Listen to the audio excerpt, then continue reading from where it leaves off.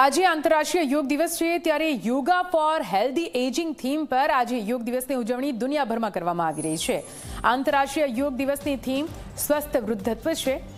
12મા આંતરરાષ્ટ્રીય યોગ દિવસની ઉજવણી કરવામાં આવી રહી છે ત્યારે કોલકાતામાં આંતરરાષ્ટ્રીય યોગ દિવસની ઉજવણી કરાઈ, જ્યાં પ્રધાનમંત્રી નરેન્દ્ર મોદી પણ હાજર રહ્યા। તેમણે પૂરી દુનિયાને યોગ એ સ્વસ્થ શરીર અને સ્વસ્થ મનની ઉર્જાનું પ્રતીક હોવાનું કહ્યું।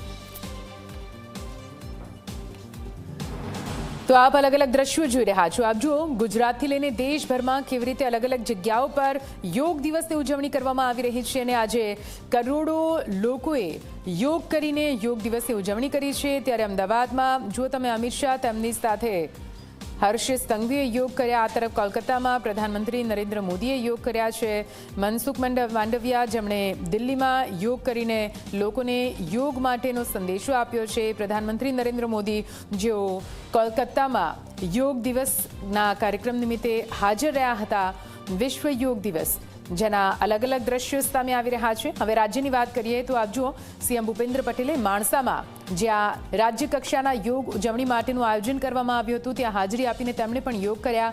સાથે સાથે શંકર ચૌધરી જેઓ વાવ થરાદમાં પહોંચ્યા હતા, તેમણે પણ હજારો લોકો સાથે યોગ કર્યા હતા। જીતુ વાઘાણીએ પણ વડોદરામાં યોગ કરીને વડોદરાવાસીઓને યોગનો સંદેશ આપ્યો છે। CR પાટીલ પણ યોગા માટેના આ કાર્યક્રમમાં જોડાયા હતા। સુરતમાં તેમણે યોગ કરીને લોકોને યોગ કરવા માટે પ્રેરિત કર્યા।